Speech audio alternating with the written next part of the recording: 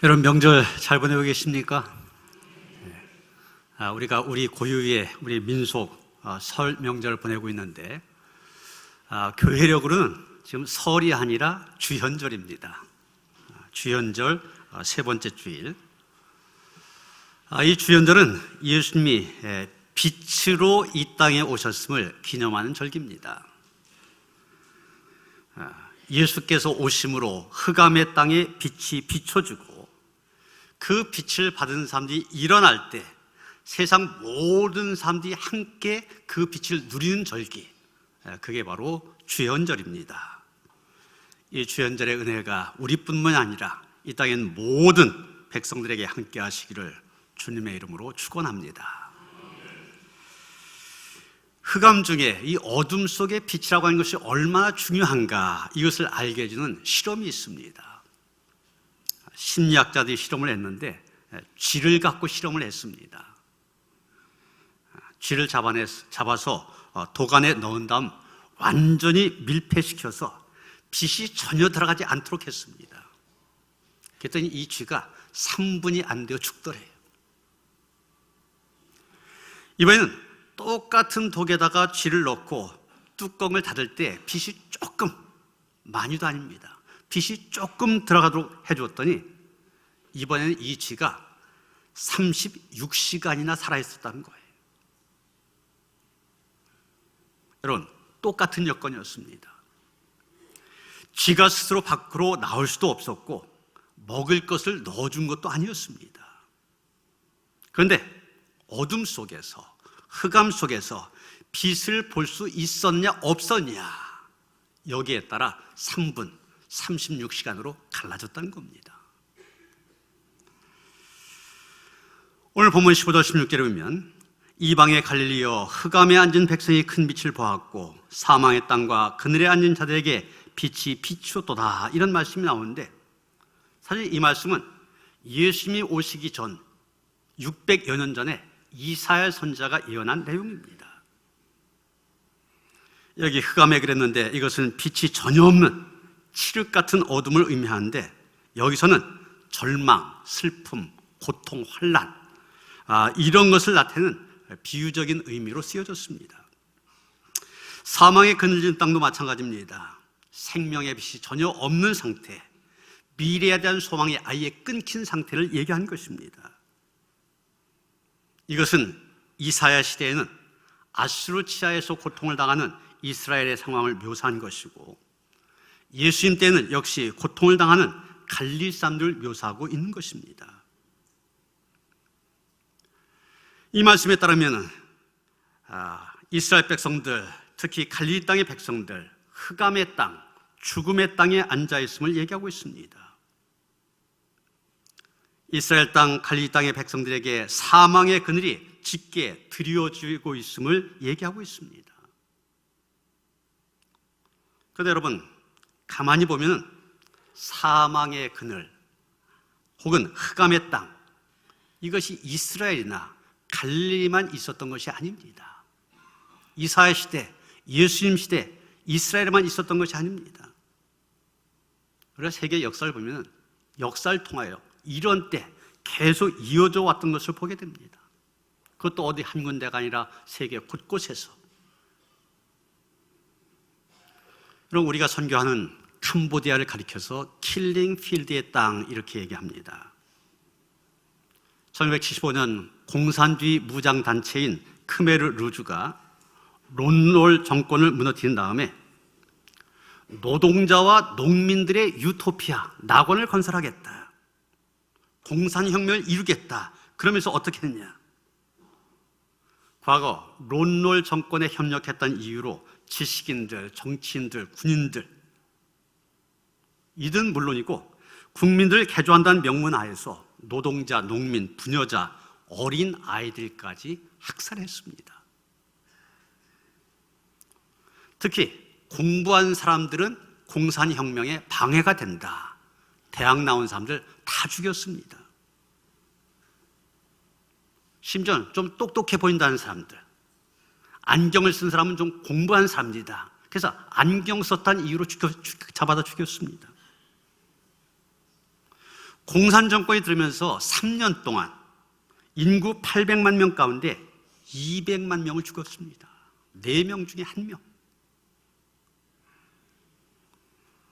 지금 높은 평에 가면은 학살된 양민이 매장된 것을 뜻하는 킬링필드가 있고, 고문과 투옥의 현장, 뚜어슬랭 교도소가 있습니다. 거기 가면 정말 인간이 얼마나, 인간의 야수성, 또 무참한 사육의 현장, 오늘 성경의 표현대로 하면 어둠에 앉은 땅, 그늘진 죽음의 땅을 거기서 보게 됩니다. 1차, 2차 세계대전으로 유럽은 죽음의 검은 그림자가 짙게 드리워져 있었습니다. 특별히 2차 세계대전 때 히틀러에 의하여 유대인들 600만 명이나 학살을 당하였습니다. 유대인들이 갇혀 있었던 아우슈비츠 수용소, 말 그대로 죽음의 땅이었습니다. 매일같이 수많은 사람들이 가스실로 끌려가 죽임을 당하였고, 그 시체를 화장하였는데 수용소 근처에는 사람 탄 냄새가 늘 덮여 있었다는 거예요. 지난주에 우리 교회가 창립 73주년을 맞이하여 염소 73마리를 보내기로 한 르완다라고 한 나라, 그날도 설교를 했었던 것처럼 아프리카에서 작지만 아주 아름답고 살기 좋은 나라입니다. 땅이 비옥하고 강수량도 풍부해서 농사 지으며 살기 아주 좋은 그런 나라입니다. 그런데 이 나라가 지금은 세계에서 가장 가난한 나라 가운데 하나가 되었습니다. 그렇게 된 이유가 무엇이냐? 내전 때문입니다. 자기들끼리 싸운 거예요. 원래 인구의 85%를 차지하는 후투족이 있고 인구의 14%를 차지하는 투치족이 있는데, 후투족은 농사를 짓고 투치족은 소를 키웠습니다. 이런 아프리카에서는 소라고 하는 것이 커다란 재산입니다. 그렇기 때문에 이 투치족, 인구는 적었지만 부자였습니다. 벨기에라는 나라가 이 르완다를 식민 통치하게 되는데, 통치의 편을 위해서 국민의 대다수인 후투족이 아니라 이 투치족을 중용하게 됩니다. 그래서 투치족에게만 교육의 기회를 주었고 공무원에 채용을 했습니다.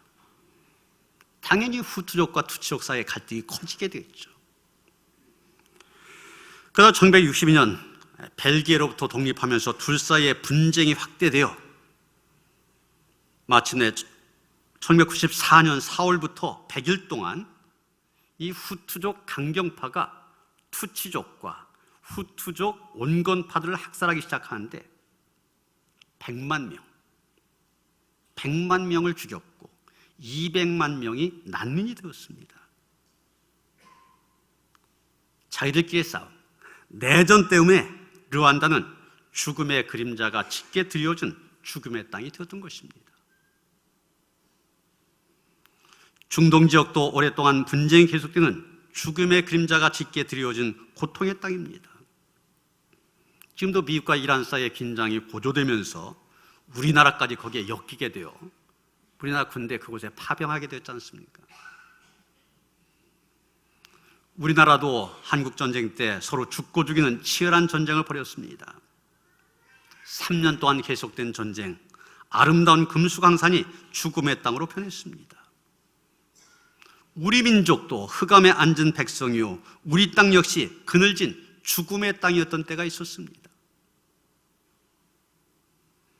그런데 죽음의 그림자가 드리워지고 죽음의 땅으로 변한 것, 전쟁 때문만이 아닙니다.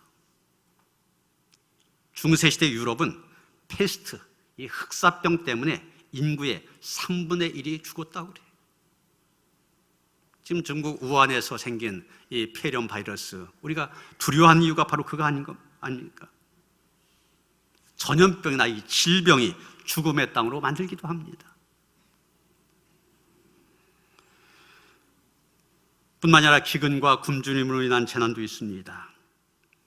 아프리카를 비롯하여 많은 지역에 전쟁뿐만이 아니라 기근과 기상이변으로 말미암아 먹을 것이 없어 굶어 죽는 사망의 그늘이 되었습니다. 지난해 9월부터 시작된 호주 산불, 지금까지 30명의 목숨을 앗아갔고 2,000개가 넘는 주택이 사라졌으며 영국 본토에 맞먹는 크기의 땅이 불에 탔고 가축 야생동물 10억 마리 이상이 목숨을 잃은 것으로 추정이 되어지고 있습니다. 그런데 여러분, 전쟁과 가난과 질병과 재해 공포에서 벗어났다고 해서 죽음의 그림자가 완전히 사라진 것이 아닙니다. 교통사고를 비롯한 여러 가지 사건과 사고, 스트레스와 과로로 인한 심장마비, 갑자기 찾아오는 암, 이런 여러 가지 것들, 언제 어디서 죽음의 검 그림자가 짙게 드리울지 모르고 죽음이 찾아올지 모르는 것입니다. 히브리서 9장 27절에 보면 한 번 죽는 것은 사람에게 정하신 것이요 라고 하였는데 말 그대로입니다. 죽음은 늘 우리와 가까이 와 있는 것이고 언젠가는 맞이해야 되는 것입니다. 네팔에서 한국인 교사 4명이 트레킹 도중에 실종되었고 아직까지도 생사가 확인되지 않고 있습니다. 그런데 히말라야에 30번 이상 다녀온 베테랑 산악인에 의하면 사고가 난 지역이 데우랄리 지역인데 어느 산악인도 거기에서 눈사태가 발생하는 위험 지역이라 생각하지 않는다는 거예요. 우리나라 사람들이 이 히말라야로 트레킹을 가면 일반적으로 많이 가는 곳이랍니다. 초보자도 쉽게 등반할 수 있는 곳. 초등학교 2학년, 3학년만 돼도 평범하게 다닐 수 있는 트레킹길. 그래서 거기에서 사고가 나리라 전혀 상상할 수 없는 곳이라는 겁니다. 그런데 거기서 사고가 났어요. 전혀 생각지 못했던 일입니다. 다들 쉽게 다녔던 곳입니다. 그러나 그런 곳에서 죽음은 이렇게 갑자기 찾아오는 것입니다. 세계적인 건강 다이어트 식품인 허벌라이프라는 회사가 있습니다. 이 회사 휴즈라고 하는 사람이 창업한 회사인데 세계 48개 나라에 다이어트 및 건강 보조식품을 판매한 회사, 우리나라에서도 많은 매출을 올린 그런 회사입니다. 그런데 이 휴즈 회장이 이런 말을 했다고 합니다. 난 세계 사람들에게 가장 훌륭한 다이어트 및 건강 보조식품을 공급하는 그 일에 내 생애를 바치겠다. 그런데 이 휴즈 회장 44살의 나이로 해변에 있는 초호화 별장에서 잠자다가 숨진 채로 발견되었습니다. 아무리 건강식품, 다이어트 식품을 먹어도 죽음 앞에서는 어쩔 수 없다는 것을 보여주는 사건입니다. 여러분, 오늘 말씀 가운데 갈릴리 땅이 흑암이 깊은 죽음의 땅이 되었고 사망의 그늘이 짙게 드리워졌다 얘기하고 있는데, 여러분 이런 것을 보면 이것이 갈릴리만을 향한 말씀이 아닌 것을 보게 됩니다. 온 땅, 온 세계를 향한 말씀인 것을 보게 됩니다. 우리가 살고 있는 이 세상이 죽음의 땅이고 흑암의 땅이고 사망의 검은 그림자가 짙게 드리워져 있음을 얘기하고 있는 것입니다. 이제 오늘 다시 본문으로 들어가서 12절에 보면 예수께서는 요한이 잡혔다는 소식을 듣고 조용히 갈릴리로 물러가셨다가 나사렛을 떠나 스불론 땅과 납달리 지경 해변에 있는 가버나움에 가서 사셨다고 하였습니다. 그러니까 성경을 보면 다른 이유로 그러신 것이 아니라 하나님의 말씀을 이루기 위해서 그러셨다고 얘기하고 있습니다. 여러분, 그 다음에 나온 15절 16절 뭐라고 했습니까? 일렀을 때 스불론 땅과 납달리 땅과 요단강 저편 해변길과 이방의 갈릴리여, 흑암에 앉은 백성이 큰 빛을 보았고 사망의 땅과 그늘에 앉은 자들에게 빛이 비추었도다 하였느니라. 이 말씀 구약에서 인용된 말씀이라고 했죠. 어느 말씀을 인용한 것입니까? 이사야 9장 1절 2절 말씀입니다. 이사야 9장 1절 2절 보면 이렇게 되어 있습니다. 전에 고통받던 자들에게는 흑암이 없으리로다. 옛적에는 여호와께서 스불론 땅과 납달리 땅이 멸실당하게 하셨더니 후에는 해변길과 요단 저쪽 이방의 갈릴리를 영화롭게 하셨느니라. 흑암에 행하던 백성이 큰 빛을 보고 사망의 그늘 땅에 거주하던 자에게 빛이 비추도다. 여러분, 이사야의 말씀이나 또 인용된 마태복음의 말씀이나 스불론과 납달리가 나오고 있습니다. 여러분, 지도에서 보시는 것처럼 납달리와 스불리라고 한 것, 갈릴리 바다, 여러분 오른쪽에 하얀 갈릴리 바다가 보이죠. 그 갈릴리 바다의 북서편에 위치한 그런 땅입니다. 이 스불론과 납달리가 어떤 땅이냐? 우리나라로 말하면 한경도와 같은 땅이다, 이렇게 보면 이해가 될 것입니다.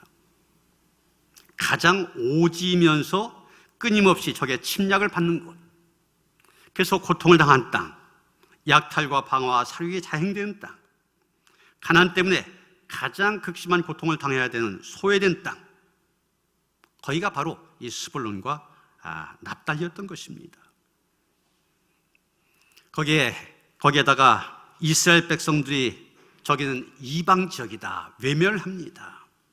그래서 온갖 멸시를 한 몸에 받아야 했던 곳, 그곳이 바로 스불론과 납달리 땅, 말 그대로 고통과 흑암으로 가득 찬 땅이었습니다. 이사야가 하나님의 말씀을 전하던 그 시대, 그 땅은 현재적으로 아수리에게 착취를 당하던 때였고 사망의 그늘로 덮여있던 땅이었습니다. 그런데 이사야 9장 2절 뭐라고 말합니까? 흑암에 행하던 백성이 큰 빛을 보고 사망의 그늘 땅에 거주하던 자에게 빛이 비추도다. 그런데 오늘 본문 14절은 뭐라고 얘기하고 있습니까? 이는 선지자 이사야를 통하여 하신 말씀을 이루려 하심이라. 예수님께서 바로 이 스불론과 납달리 지역인 가버나움으로 가신 것, 이사야의 예언을 이루기 위해서라는 것입니다. 다시 말해서 이사야의 예언이 예수님을 통하여서 이루어졌다, 성취되었다는 것입니다. 그렇습니다. 흑암에 큰 빛이 비칠 것이라고 했던 이사야의 예언, 예수께서 이 땅에 오심으로 이루어졌습니다. 본문 13절에 보면 이 빛은 맨 먼저 스불론과 납달리 지경의 해변 마을부터 비춰지기 시작하였습니다. 이곳 바로 예수님께서 전성기 시절 오래 머물면서 천국 복음을 전하시던 가버나움 지역, 바로 그 지역입니다. 요한복음 2장이면 예수님께서 처음 이적을 베푸신 곳도 갈릴리 가나였고, 오늘 보면 17절에 보면 천국 복음이 전파되기 시작한 곳도 바로 이 갈릴리 해변이었던 걸 보게 됩니다. 이런 일을 통하여서 흑암에 행하던 백성들 큰 빛을 보리라 했던 이사야의 예언, 바로 예수 그리스도로 말미암아 완전히 이루어진 것을 얘기하고 있는 것입니다. 그런데 여러분, 스불론과 납달리 땅에 큰 빛이었던 예수님, 이제는 그 지역을 넘어서서 온 세상을 비추는 빛이 되셨습니다. 사망의 그늘에 앉아있는 세상 모두의 빛이 되신 것입니다. 스불론과 납달리 땅뿐만이 아니라 세계 구석구석 사망의 그늘진 모든 땅에 생명의 빛을 비추시게 된 것입니다. 러시아의 문호 헤밍웨이는 자살로 자기의 인생을 마감한 사람입니다. 그는 유서에서 자기가 왜 자살하게 되는지 그 이유를 이런 식으로 표현하였습니다. 지금 자기의 영혼의 상태, 마치 필라멘트가 끊어진 전구처럼 고독하고 어둡다는 것입니다. 고독하고 어둡기 때문에 더 이상 내가 이 세상을 살 이유가 없다. 세계적인 지성과 문학적인 재능으로 빛나던 헤밍웨이였습니다. 그러나 그의 정신 깊은 곳에는 자살로 탈출구를 찾지 않으면 안 될 정도로 필라멘트가 끊어진 전구의 어둠 같은 것이 그의 인생을 지배하고 있었던 것입니다. 여러분, 좌절과 불안과 절망과 죽음의 어둠이라고 한 것, 아무리 문을 꽁꽁 걸어 잠근다 할지라도 그 어디에나 스며들게 마련입니다. 인간의 삶은 그 어디에나 이 어둠이 존재하기 마련입니다. 이런 어둠, 지성이 밀어낼 수 없습니다. 좋은 환경이나 높은 지위로도 이런 어둠 몰아낼 수가 없습니다. 큰 소리로 명령을 하고 폭력을 사용한다 할지라도 어둠은 물러가지 않습니다. 그 어떤 것도 우리 안에 존재하는 이 근본적인 어둠 몰아낼 수 없는 것입니다. 어둠을 몰아낼 수 있는 것 오직 한 가지, 빛밖에 없습니다. 빛이 있으면 어둠은 자연히 잔치를 감추고 물러나게 됩니다. 그런데 성경은 말합니다. 예수께서 바로 그 빛이 되신다. 큰 빛이 되신다.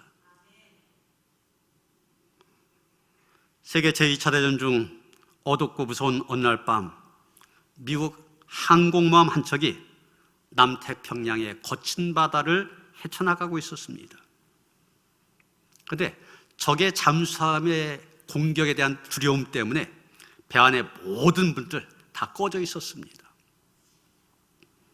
그런데 그때까지 돌아오지 않은 비행기 한 대가 있었습니다. 이 비행기는 그 넓은 바다에 빠지지 않고 내릴 수 있는 유일한 소망인 항공모함을 찾아서 새카만 밤하늘 거의 절망적으로 비행하고 있었습니다. 이때 함장이 커다란 위험이 따른다는 걸 알면서도 배에 불을 밝혀라 명령을 내립니다. 그러자 비행기는 그 빛을 보고 마치 제 집을 찾아오는 비둘기처럼 갑판에 미끄러지듯이 내려앉았습니다. 여러분, 우리 하나님이 그러셨습니다. 하나님은 매우 큰 위험이 따른다는 걸 알면서도 자신의 아들을 이 흑암의 땅에 세상을 밝히는 큰 빛으로 보내셨습니다. 마치 어두운 바다 같은 죄만 인간의 세계에서 배에 불이 켜진 것 같이 예수님은 세상의 빛으로 오신 것입니다. 예수님의 탄생으로 말미암아 새롭고 밝은 빛이 빛나기 시작하면서 세상의 어둠들, 영적인 무지와 어둠, 죄와 사망과 절망의 어둠들 물러가게 되었습니다.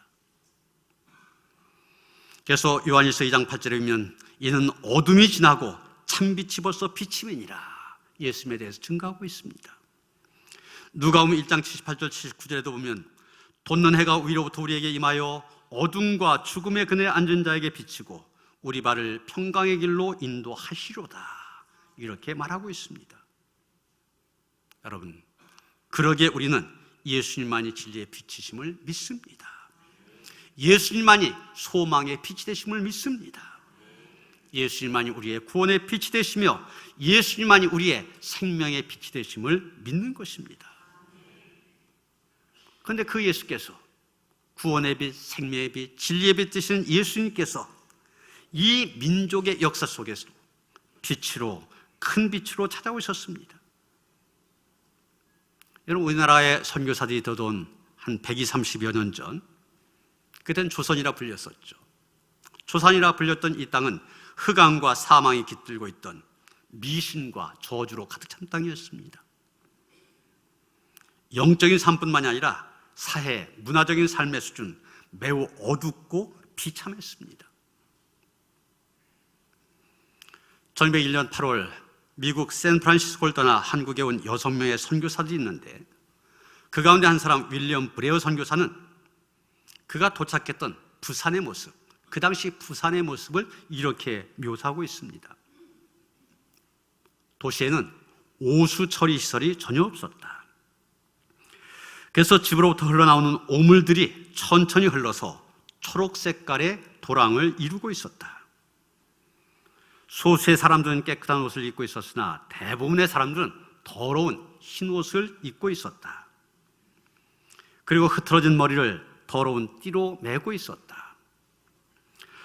아이들은 벌거벗은 몸으로 거리에서 놀고 있었고 늙은 여인네들은 가죽처럼 탄 쭈그러진 얼굴을 지니고 우리들을 보려고 집으로부터 서둘러 나왔다.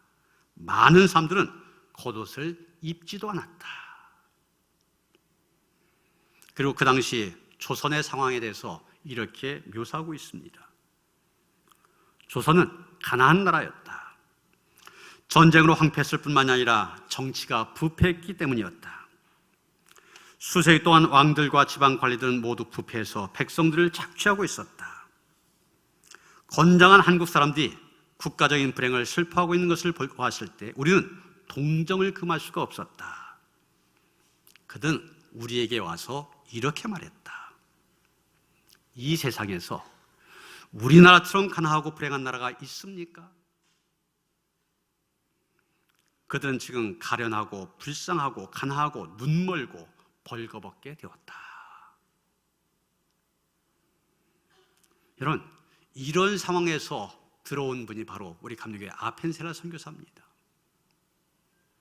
그런 상황이기에 1885년 4월 5일 부활절 아침 아펜셀라 선교사는 이 제물포 ang에 첫 발을 디디는 그 감격적인 순간 이렇게 기도했습니다. 주여, 우리는 부활절 아침에 이 땅에 도착하였습니다. 그날 사망의 권세를 이기신 주께서 이 백성을 얽어맨 결박을 끊으사 하나님의 자녀로서의 자유와 빛을 주시옵소서. 다른 기도하지 않았습니다. 이 땅의 어둠을 몰아낼 빛을 주옵소서. 아펜셀라의 첫 번째 기도입니다. 아펜셀라는 기도만 하고 끝나지 않았습니다. 어둠을 몰아내고 빛의 세상을 만들기 위하여서 그는 학교를 세워 교육을 통하여 무지를 깨치기 시작합니다. 또 다른 선교사들 병원을 세워 병을 고치기 시작합니다. 연사대학교, 이화대학교, 배제대학교, 소위 한국의 명문대학들, 다 이 감리교 선교사들에 의해서 세워진 학교들입니다.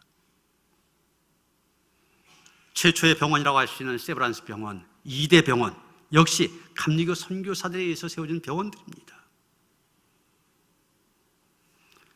교육과 치료를 통하여 복음을 전하게 되었고, 이 전해진 복음으로 인하여서 한국인의 삶과 사회에 변화되기 시작하였습니다. 그 결과가 바로 오늘의 대한민국, 여러 가지 면에서 세계 10위권에 드는 대한민국이 되어진 겁니다. 물론 우리 한국 민족 우수한 면도 있습니다. 골프라든지 양궁, 운동한 것을 보면 다른 나라 쫓아오지를 못합니다. 이번에 남자 축구에서 올림픽 9회 연속 본선 진출이라고 하는 세계 기록을 세웠습니다. 세계 신기록. 축구 강국이라고 하는 이탈리아가 7번 연속 본선 진출한 것이 세계 최고 기록이었는데 우리나라가 계속해서 깨고 있습니다. 기술 올림픽 같은 경우 다른 나라에서 따라오지 못합니다. 나갔다면 금메달입니다. 그러나 여러분, 분명 우수한 민족인 것 사실이지만 거기에 복음의 능력이 함께함으로 오늘의 대한민국을 이루었다 말할 수 있을 것입니다. 흑암 중에 있는 이 백성, 이 민족 위에 예수 그리스도의 큰 빛이 비춤으로 오늘의 대한민국이 되어진 것입니다. 우리 교회가 캄보디아 선교에 힘쓰고 있습니다. 여러분이 정성껏 해외 선교원금을 하시는데 그걸 가지고 매달 700만 원 넘게 선교비로 보내고 있습니다. 이유가 무엇입니까? 흑암 중에 있는 사망의 그늘질 땅 캄보디아, 그 캄보디아가 큰 빛이 되시는 예수 그리스도로 인하여서 어둠을 벗어나 빛의 나라가 되어지기를 원하는 그런 마음이 있기 때문에 우리가 선교한 것입니다. 지난주에 르완다에 73마리의 염소를 보내자고 한 이유도 바로 그것입니다. 사망의 그늘 땅에 예수 그리스도의 큰 빛이 비춰지게 하자. 요한복음 8장 10절을 보면 예수님께서 나는 세상의 빛이라고 하셨습니다. 그리고 마태복음 5장 14절에 보면 너희가 세상의 빛이라고 말씀하셨습니다. 이 두 말을 합하면 어떻게 됩니까? 나는 세상의 빛이고 너희도 나와 같이 세상의 빛이란 말씀입니다. 우리가 세상의 빛이 될 수 있는 근거는 예수께서 세상의 빛이시기 때문입니다. 예수님이 세상의 빛이 아니시라면 우리가 빛일 수도 없고 빛으로 살아야 될 이유도 없습니다. 에베소 5장 8절 보면 사도 바울은 말합니다. 너희가 전에는 어둠이더니 이젠 주 안에서 빛이라. 빛의 자녀들처럼 행하라. 바울은 분명히 말합니다. 우리는 주 안에서 빛이라. 주 안에서. 우리가 주 안에 있으면 빛으로 살 수 있습니다. 다른 말로 빛으로 살려면 주 안에 있으라는 얘기입니다. 주님 바깥에서는 결코 우리는 빛으로 살 수가 없는 것입니다. 사랑하는 성도 여러분, 세상의 빛 되신 주님께서 흑암에 큰 빛을 비추셨던 것처럼 주 안에서 세상에 빛된 우리들 역시 이 흑암의 세상에 큰 빛을 비추며 살아가는 빛의 자녀들 되어 살아갈 수 있게 되기를 주님의 이름으로 축원합니다. 예수님께서 이 땅에 빛으로 오셔서 흑암을 물리치시고 빛의 세상 이루셨습니다. 이젠 우리로 하여금 너희가 바로 세상의 빛이라 말씀하시며 주 안에서 빛으로 살아가게 하셨습니다. 하나님, 빛된 우리로 인하여서, 빛의 자녀된 우리로 인하여서 이 땅의 어둠은 물러가게 하시고 하나님께 주신 큰 빛만 차고 넘칠 수 있도록 축복하여 주시옵소서. 우리가 빛 가운데 거하게 된 걸 감사하며 이 빛을 세계 만방에, 사망의 그림자가 드리워져 있는 그곳에, 흑암의 땅에 전할 수 있는 저들 되게 하여 주시옵소서. 예수 그리스도를 받들어 기도하여 싸움나이다. 아멘.